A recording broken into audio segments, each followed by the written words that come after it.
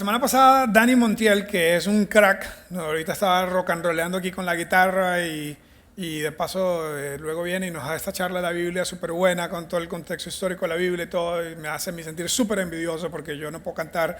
Si yo canto, ustedes lloran, de verdad, se los digo, si me ponen a cantar aquí. De hecho, eso se nos ocurrió cuando estábamos hablando de levantar fondos, de que una idea puede ser que si la gente no dona plata, yo puedo cantar, ¿verdad? En lugar de que la gente, en lugar de tener a Dani, la gente va a decir, no, ahora sí, o sea, hay que ese más se calle, le pagamos para que se calle, ese puede ser un fundraiser, ese puede ser una idea de fundraiser.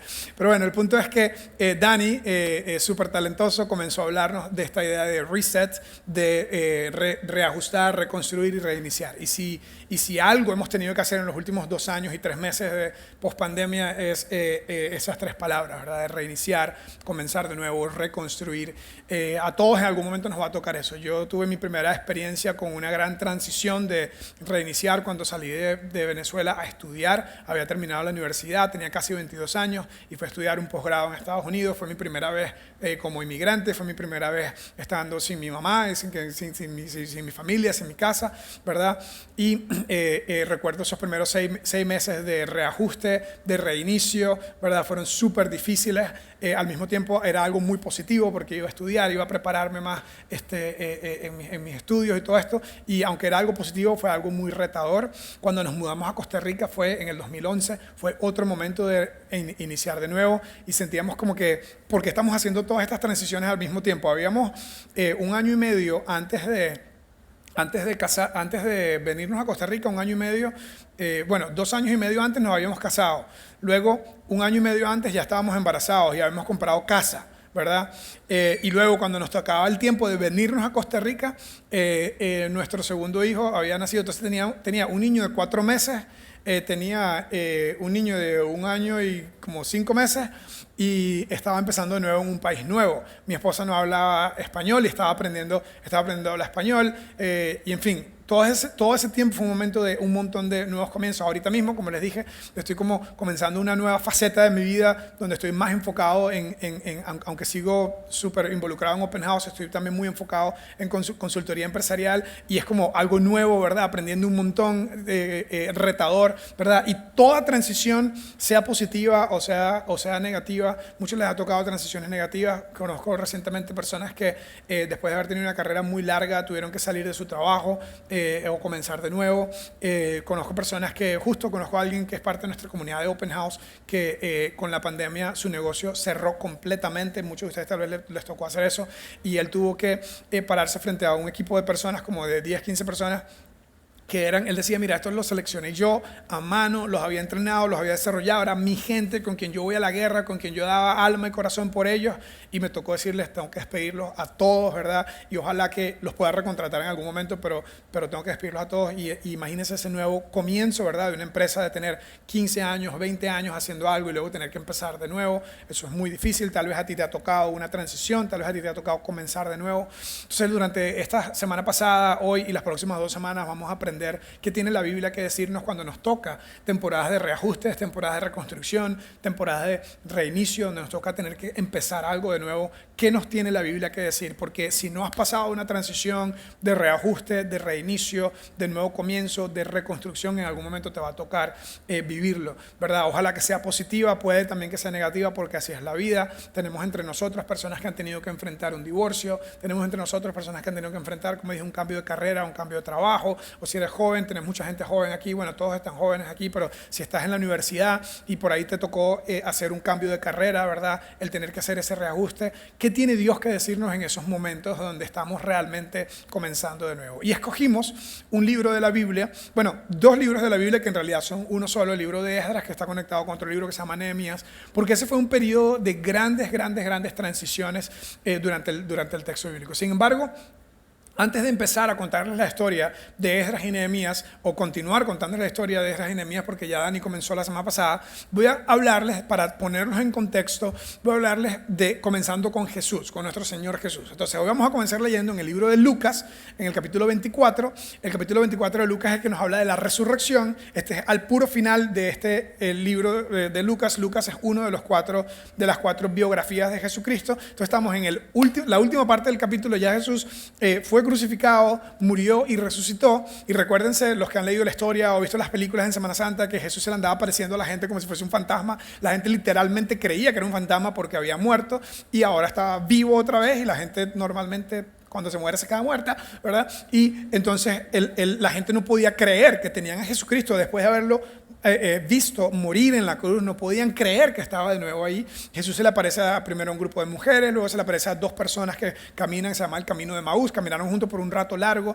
lo más estaban hablando de Jesús sin saber que era él, y luego ahora Jesús entra a un lugar que sus discípulos habían ido a pescar, porque eso es lo que hacían ellos, ¿verdad? Habían agarrado un par de pescaditos, ¿verdad? Era un lago, no sé, me imagino que era como no sé si las corvinas del lago, en fin, estaban asando un pescadito.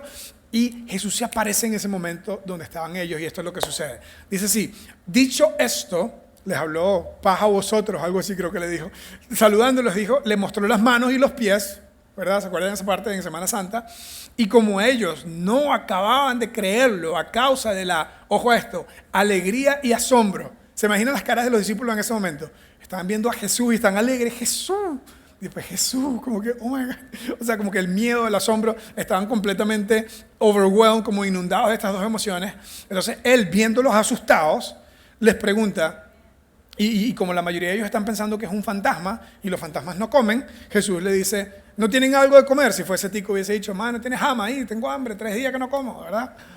Entonces, dice, ¿tienen algo de comer aquí? Como algo de comer, o sea, entonces dice, le dieron un pedazo de pescado asado. Entonces, usemos un poquito la imaginación, ¿ok? Esta parte va a ser un poquito como medio asquerosa, pero Jesús está comiendo pescado con sus discípulos después de haber resucitado, ¿ok? Imagínense eso, agarra un pedazo de pescado y todo el mundo viéndolo. O sea, los fantasmas no comen, ¿verdad? Se me está comiendo literalmente, ¿ok? Y comienza una conversación comiendo pescado, ¿ok? No creo que habló con la boca llena porque eso no se hace, pero Jesús dice, le dieron un pedazo de pescado, así que lo tomó y se lo comió delante de ellos, y luego les dijo, luego, no fue en el mismo momento, pero bueno, luego le dice, cuando todavía yo estaba con ustedes, les decía, en otras palabras, si alguna vez a ti te ha tocado decirle a alguien, te lo dije, yo te dije que esto iba a pasar, ¿verdad? Si a alguien le tocaba hacer, Jesús también hizo eso, ¿verdad? Entonces de vez en cuando se vale hacer eso. Jesús le está diciendo, yo les dije a ustedes, no se asusten, no se asombren, porque aquí no está pasando nada que yo no les haya dicho. Yo les dije a ustedes que tenía que cumplirse todo lo que está, ojo a esta palabra que aparece varias veces, la palabra escrito o escritura aparece varias veces, tenía que cumplirse todo lo que está escrito acerca de mí en la ley de Moisés, todo lo que está escrito acerca de mí en la ley de Moisés, en los profetas y en los salmos. ¿Qué es la ley de Moisés, los profetas y los salmos? Es la Biblia, ¿ok? Luego dice, entonces, en ese momento, él dice, les abrió el entendimiento para que entendiesen y aquí está, en los manuscritos bíblicos originales, aparece con palabra mayúscula la letra E en este caso, habla de las escrituras. Ya no está hablando de cualquier escritura, sino las escrituras. De hecho, el término correcto para la palabra Biblia, cuando uno piensa en una Biblia, yo le pedí a mi esposa, hoy en la mañana se me olvidó mi Biblia, le pedí a mi esposa que me trajera una de mis Biblias, le di una de las Biblias de estudio, y me trajo la más grande que tengo, que es esta que está aquí. Yo sé que ustedes piensan que es un libro de cocina, pero no, esto es una Biblia. Esta se llama la Biblia interlineal, que tiene 3 Biblias en una. Tiene la Biblia en hebreo, en griego y en inglés, en este caso, que fue con la que yo estudié en mi posgrado, donde uno va leyendo línea por línea de la Biblia en los idiomas originales, y luego la explicación que tiene más el comentario que tiene. Bueno, el punto es que cuando Jesús habla de la Biblia, y lo hacía muchas veces, está hablando de ¿cuál Biblia? Primero, la palabra Biblia es una palabra que significa biblioteca, ¿ok? Biblia no significa nada sagrado. La palabra correcta o el término técnico correcto para referirnos a la Biblia es sagradas escrituras. En este caso, Jesús habló de las escrituras. Una forma en la que Jesús o los judíos en su tiempo se referían a la Biblia era Moisés, los profetas y los salmos.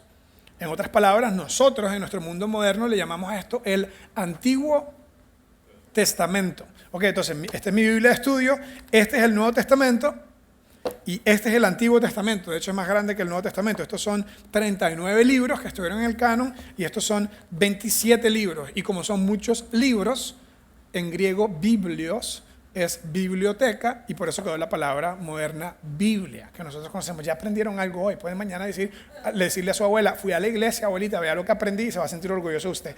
¿Ok? El punto es que cuando Jesús hablaba de las escrituras, Escrito está cuando está en la tentación en el desierto. O cuando le decía a los fariseos, recuérdense la escritura de Moisés que dijo. Cuando Jesús hablaba de las escrituras se refería a la Biblia hebrea. Una representación gráfica de esto puede ser la siguiente lámina, que esta era la Biblia de Jesús, la Biblia hebrea. La de nosotros es toda esta más el Nuevo Testamento, que son la de los discípulos, la que escribieron sus discípulos. Pero bueno, el punto es, la Biblia hebrea tiene la Torá, el Nevim y el Ketuvim. Y esas palabras en hebreo no tienen ningún valor para la charla de hoy, solamente rajar de que yo conozco esas palabras, ¿verdad? No ayuda en nada a usted, no le va a ayudar a tener una mejor vida, no le va a ayudar a tomar mejores decisiones, simplemente cool que yo sé eso, ok, nada más para rajar. Pero no, mentira, el punto es, Torá es la palabra hebrea que significa instrucción. Para un judío la Torá es los 5 primeros libros de la Biblia. Esos son 5 libros de instrucción. Génesis, Éxodo, Levítico, Número y Deuteronomio. Nosotros lo conocemos como el Pentateuco o los 5 primeros. ¿Ok? Entonces eso significa instrucción. Cuando usted oye un judío o algún show, si ve Shit Show o algún show de Netflix que hablan de la Torá son los 5 primeros libros de la Biblia. Nevim es la palabra para profetas. Y hay 2 tipos de profetas en la Biblia. Los profetas mayores y los profetas... Qué inteligentes, esto es demasiado inteligente, mayores y menores. Bueno, el punto es, la razón que se llama profetas mayores y menores es porque los mayores es simplemente que eran capítulos largos, eran 40 capítulos, 50 capítulos, el libro de Isaías, el libro de Jeremías, y luego hay libros que son de 3 capítulos y por eso le llamaron menores, pero no tienen nada que ver en cuanto al valor que tenía cada uno. Y luego hay otras escrituras, esas otras escrituras nosotros en la teología protestante se le llama libros poéticos, pero en la teología judía, que era la de Jesús, porque recuérdense que Jesús no era cristiano, y la gente como que, ¿what? ¿No era cristiano? ¿Cómo que no era cristiano? No, Jesús no era cristiano, era judío. El punto es, él fue el primer cristiano. El punto es que las otras escrituras, en el mundo judío se le llama escrituras, y es Salmos, Proverbios, Eclesiastés, todos esos que nosotros, como son libros que son muy poéticos, hay canciones y todo esto. De hecho, el libro de Cantares es como mayores de 18 años nada más, ¿verdad? Esos libros no son proféticos, ¿verdad? Entonces nosotros los conocemos como los libros poéticos, que tienen mucha poesía. Entonces esa es la Biblia de Jesús. Entonces cada vez que Jesús dice, habla de las escrituras, está hablando de eso. Entonces hoy vamos a leer las escrituras que Jesús hablaba en el Antiguo Testamento en el libro de Esdras y vamos a hablar un poquito acerca de todo eso. Ahora, la semana pasada Daniel comenzó esta charla diciendo que Dios trabaja la historia del Antiguo Testamento, la historia entera del Antiguo Testamento es Dios queriendo tener una relación con el ser humano y que hace esto a través de acuerdos. La palabra bíblica es pactos. De hecho, los que son panderetas veteranos saben que Marcos Witt escribió una canción que se llamaba Dios de pactos, ¿verdad? Que si yo no cantara tan feo se las cantara ahora mismo. El punto es que Dios decide trabajar con el ser humano a través de acuerdos con el ser humano. Entonces, Dios tenía una idea de que, y otra vez, no tienes que creer que todo esto es al pie de la letra, ¿cómo se llama? Literal. Algunas de estas cosas pueden ser más enseñanzas filosóficas, algunas tal vez son cosas literales que sucedieron tal cual. El punto es que la idea que nos enseña la Biblia es que Dios tenía esta idea, lo que nos enseña la Biblia es que Dios tenía esta idea de tener una relación cercana con el ser humano. Que Dios hizo la vegetación, Dios hizo a los animales y luego hizo a un ser humano que lo hizo a su imagen, le dio derecho de escoger, le dio voluntad, le dio libre albedrío, ¿ok?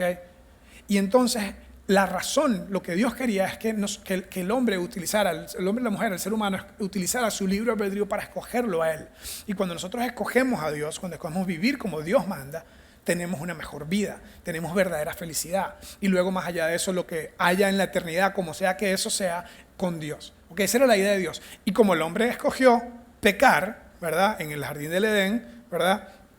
El mundo era perfecto. El mundo era perfecto y el hombre escogió pecar. Desde ahí Dios decide hacer una serie de acuerdos. Uno de los primeros acuerdos fue el acuerdo con Noé, porque la gente estaba patas para arriba haciendo loco y Dios decidió empezar de nuevo, lo cual es súper doloroso. Hizo un acuerdo, un pacto con Noé. Luego después Dios decide escoger a un grupo de personas, a una tribu, una nación, y empieza con el primer judío que se llamó Abraham. Y le dice a Abraham, te voy a bendecir, te voy a hacer una nación grande. Y tú vas a ser de bendición a otras personas. Ese fue el pacto con Abraham. Y luego de eso hizo un pacto con David, que de David iba a venir la familia del Mesías, el Salvador del mundo entero. Porque entonces son esta serie de acuerdos o pactos que están en la Biblia. Dios le dio al mundo judío una serie de instrucciones, que son el Pentateuco, y les dijo, si ustedes siguen estas instrucciones, a ustedes les va a ir bien. Si ustedes siguen mis leyes, les va a ir bien. Algunas leyes no tienen sentido para nosotros. No puedes comer bacon, no puedes comer tocino. Dios mío, un Dios como yo no pondría esa ley, jamás.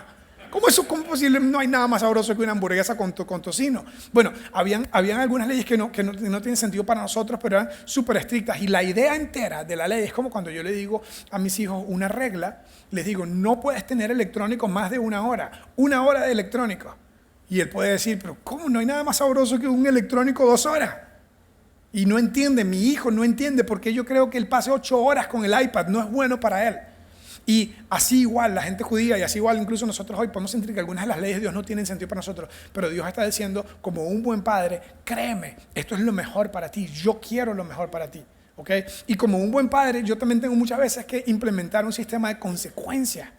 Cuando mi hijo me desobedece, yo tengo que darle una consecuencia para que él conecte la vida que está con causa y efecto y para que ojalá mantenerlo fuera de la cárcel en su vida adulta. Esa es mi meta principal. ¿Okay? Yo quiero que le vaya bien a él y por eso les pongo reglas y por eso le pongo consecuencias. Y Dios hacía lo mismo con su gente, con Israel. ¿Okay? Bueno, entonces, cuando estudiamos el Antiguo Testamento vemos esta serie de ideas. Uno, Israel como nación escogida, Abraham tuvo a un hijo que se llamó Isaac, Isaac tuvo un hijo que se llamó Jacob y Jacob tuvo 12 hijos que se convirtieron en la nación de Israel.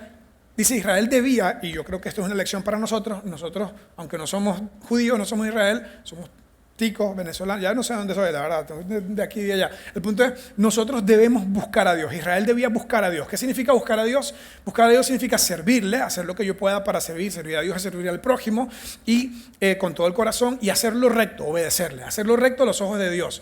¿Verdad? Para Israel era seguir 613 mandamientos que algunas de ellas no tienen ningún sentido, pero les aseguro eran lo mejor, la mejor sociedad. Es decir, cuando tú comparas la sociedad de hace 3.500 años, ¿okay? Cuando Moisés dio estas reglas, si tú crees que el mundo está mal hoy, o sea, el mundo está mucho mejor hoy que hace 3.000 años. ¿Okay? La sociedad de hace 3.000 años, cuando él dio estas reglas, la gente, algunas religiones sacrificaban a sus hijos, hacían toda clase de locuras para calmar la ira de los dioses, y viene esta sociedad civil que se arregla, se acomoda alrededor de un código, de una ley, que fue la ley que Dios le dio a Moisés, y lo que ellos tenían que hacer era obedecer esa ley. La religión de ellos no es como la de nosotros, que usted dice, ¿tú eres católico? Sí, yo soy católico. ¿Tú eres creyente? Sí, yo creo en Dios.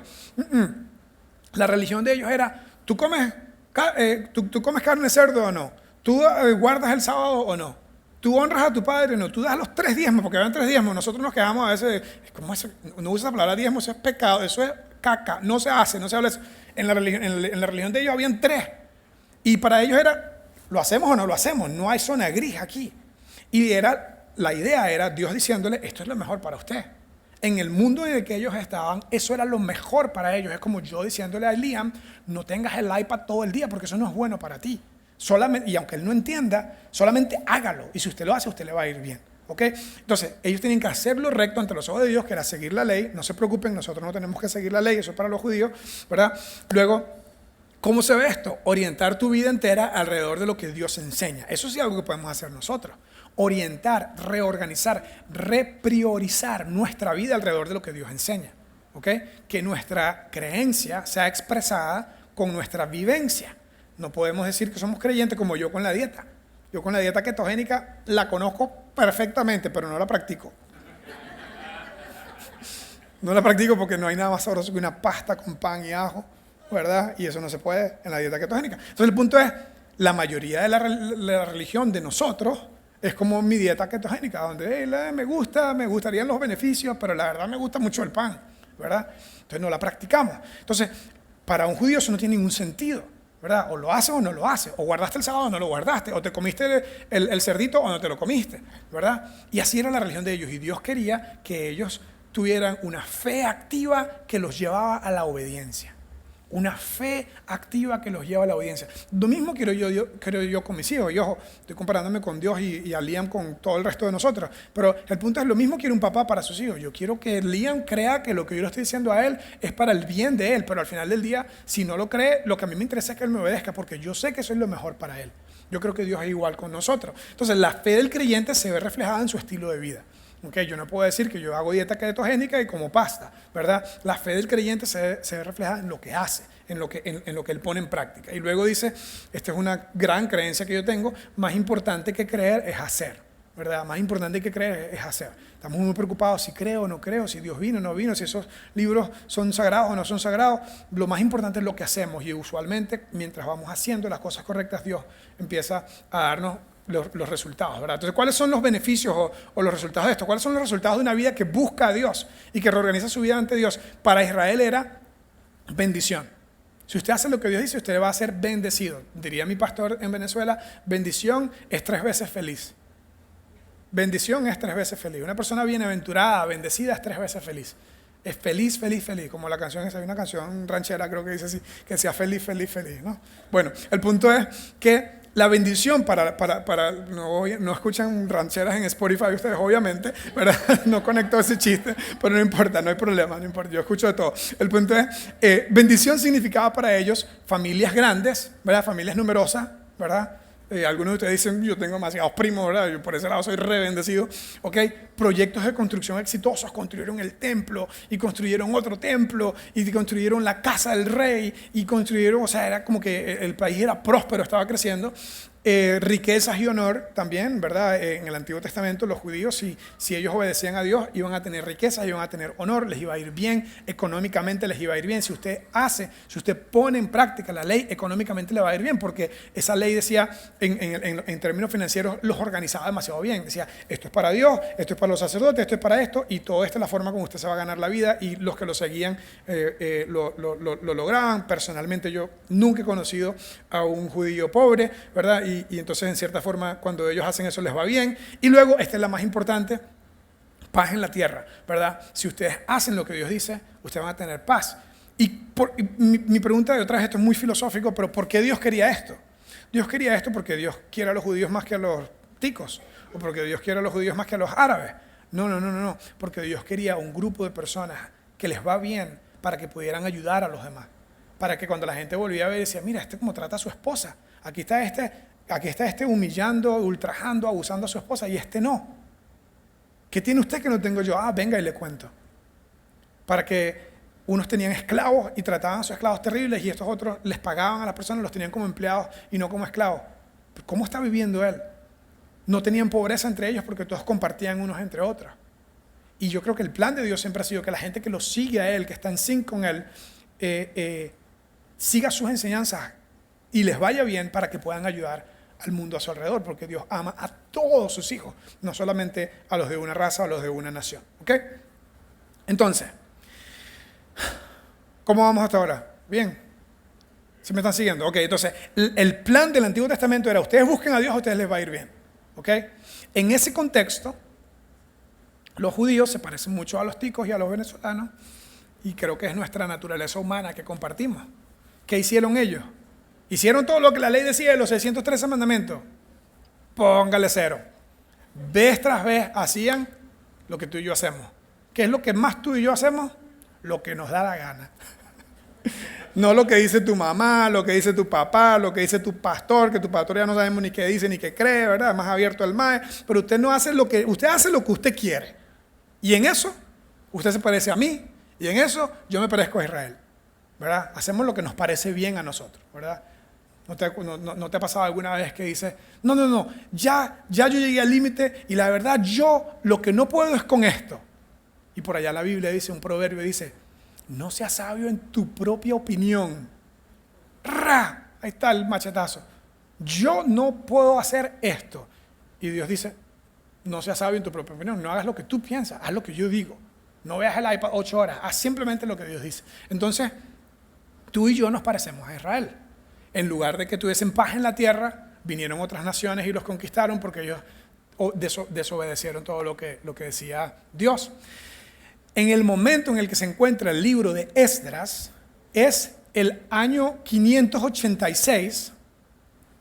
En el año 586 antes de Cristo, Babilonia, que es en nuestro tiempo moderno Irak, conquista todo el mundo a su alrededor y conquista Jerusalén.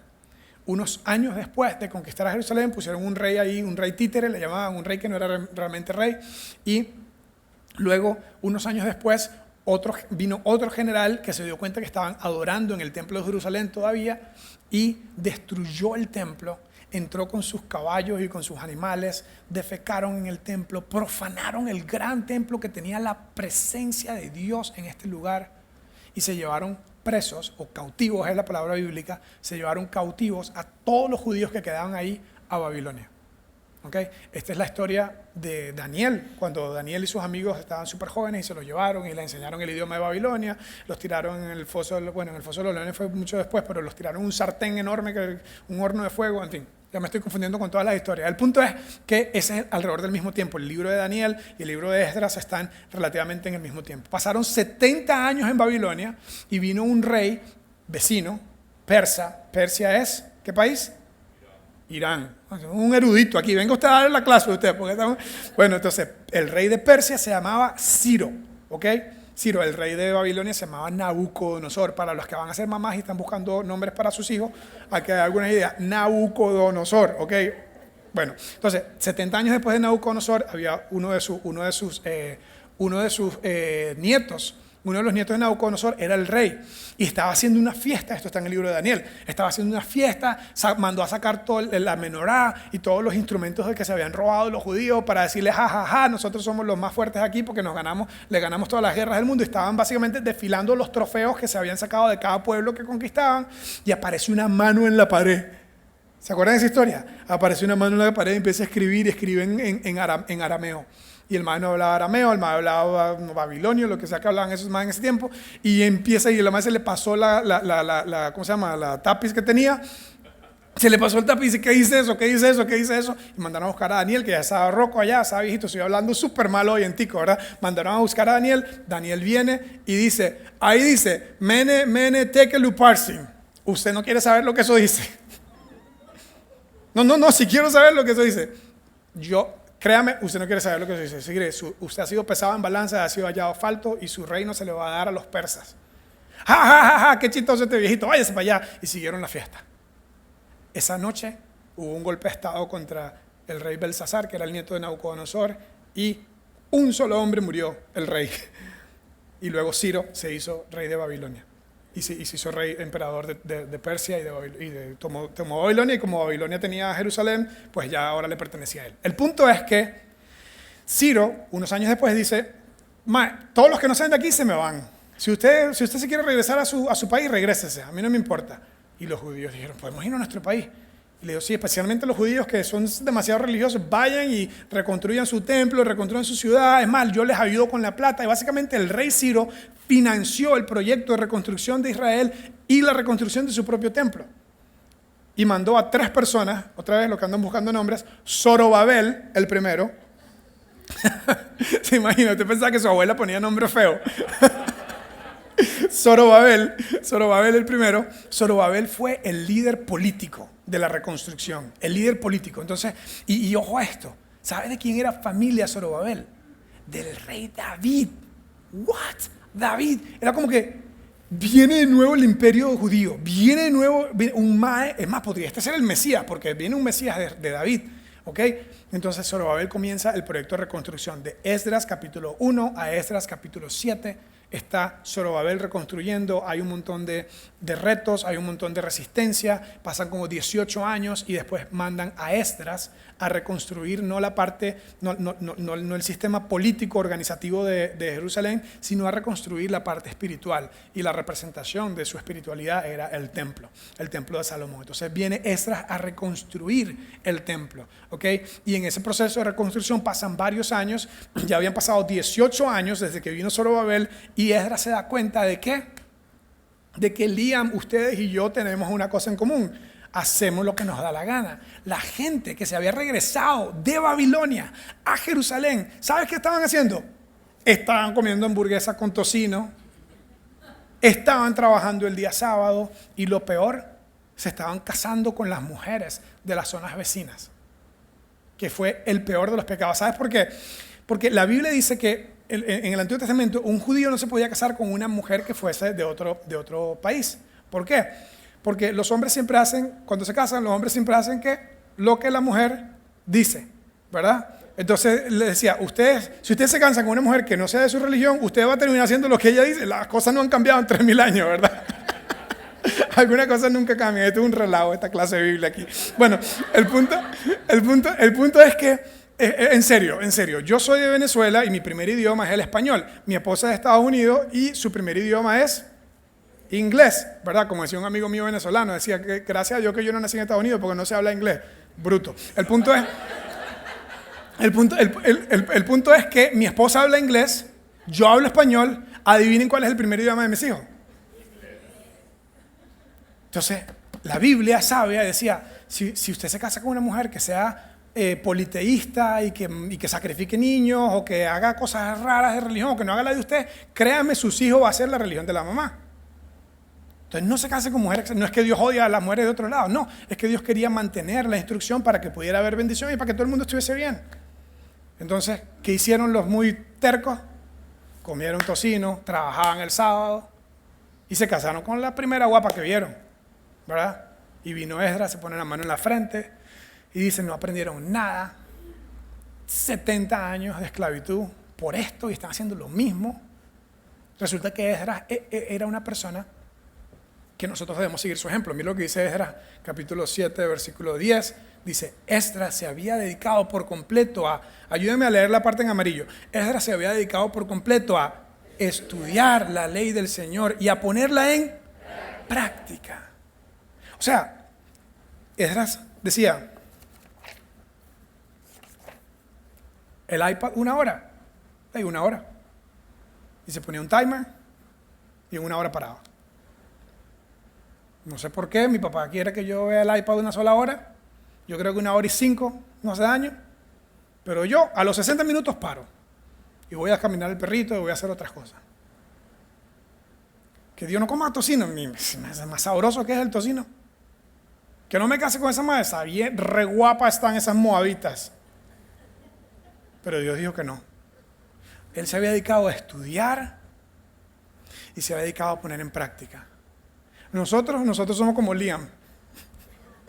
1 hora, dice, sí, papi, tengo 1 hora. Y cuando yo veo en mi, ¿cómo se llama la cosa esa en el teléfono que te dice el time, no sé qué? Madre, llevas 3 horas en el coso. Entonces, lo que podemos aprender de Esdras, ya se nos está terminando el tiempo, lo que podemos aprender de Esdras es que la religión, aunque nosotros no somos judíos, aunque no nos van a pedir que no comamos tocino, no se preocupen, aunque nos van a pedir que hagan 3 diezmos, aunque nos van a pedir un montón de cosas, lo que sí podemos aprender es que el concepto, la enseñanza filosófica, la enseñanza más profunda, la enseñanza de fondo es, Dios sabe más que tú, Dios sabe más que yo. No haga las cosas a su manera, no haga las cosas como a usted le parece, haga las cosas, como decía mi entrenador de waterpolo cuando estaba en el cole, haga las cosas como Dios manda. Haga las cosas como Dios manda. Y aunque a usted no le parezca, aunque usted no lo entienda, hágalo así. Algunas cosas que después vemos de Esdras. Dice, bendito sea, tuvo resistencia en la reconstrucción del templo. Un montón de gente empezó a decir que estaba haciendo un golpe de estado en contra del rey Ciro. Y él decía, no puede ser, si el rey Ciro fue el que me dio permiso de venir a hacer esto. Y él fue y habló con el rey, y el rey mandó una carta, y esa carta decía, Mae, nadie me moleste a Esdras que está reconstruyendo el templo, es más, ayúdenlo, y les puso un impuesto a todas las personas alrededor para que ayudaran a construir el templo. Y después de esa carta que el rey mandó, Esdras hizo una oración, y está grabada en el capítulo 7, dice, bendito sea el Señor, Dios de nuestros antepasados, que puso en el corazón del rey el propósito de honrar el templo del Señor. Estaba Cuando tú estudias la Biblia y la pones en práctica, vas a conectar a Dios con todo. Te vas a dar cuenta que Dios está detrás de todo. Y toda transición, todo nuevo comienzo, toda dificultad, divorcio, enfermedad, lo que sea, tú vas a ver la mano de Dios contigo.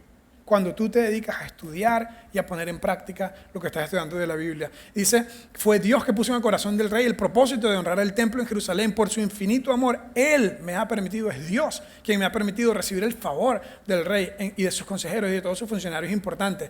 Y ve lo que dice el siguiente texto. Dice, y porque el Señor mi Dios estaba conmigo, cobré ánimo, reuní a los jefes de Israel para que me acompañaran a Jerusalén a la reconstrucción del templo, porque el Señor estaba conmigo. Yo estoy convencido de que si tú y yo decidimos, a medida de todo lo posible, estudiar las Escrituras y ponerlas en práctica, Yo estoy convencido que vamos a ver la mano de Dios en nuestras vidas y estoy convencido que vamos a estar seguros que Dios está con nosotros.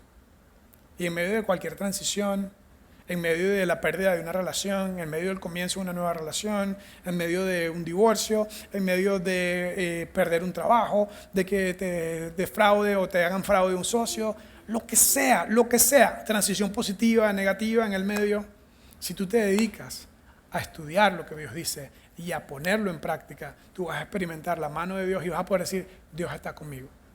Y lo que ha pasado no ha sido fácil, pero Dios está conmigo. Y lo que ha pasado tal vez no se lo deseo ni a mi peor enemigo, pero Dios está conmigo. Y qué cosa mejor sentir que en nuestras transiciones, en nuestros ajustes, en nuestros nuevos comienzos, Dios está con nosotros. Entonces, que puedas tú, como Esdras, amar las Escrituras, estudiarlas y ponerlas en práctica. Que puedas tú, como Esdras, experimentar la mano de Dios en tu vida y que todo lo que tú veas lo puedas conectar con un propósito mayor de Dios contigo. Y que puedas tú, como Esdras, en medio de cualquier transición que tengas, estar seguro, estar segura de que Dios está contigo. Vamos a cerrar con una oración y la próxima semana seguimos en el capítulo 8 de Esdras. Oremos. Dios, te doy gracias que tu palabra nos alumbra, nos guía, nos enseña, a veces nos reta, pero siempre nos invita a regresar a ti, a no hacer lo que nosotros queremos, a no vivir la vida como nosotros pensamos que es mejor. Gracias que el libro de Esdras una vez más nos recuerda que tú sabes más que nosotros, que tú quieres lo mejor para nosotros, que tú puedes darnos lo que es mejor para nosotros y que nuestro trabajo es creer, obedecer. Ayúdanos en nuestras transiciones, en nuestros nuevos comienzos y en cada área de nuestras vidas. Ayúdanos a hacer lo que tú nos dices que hagamos. En el nombre de Jesús. Amén.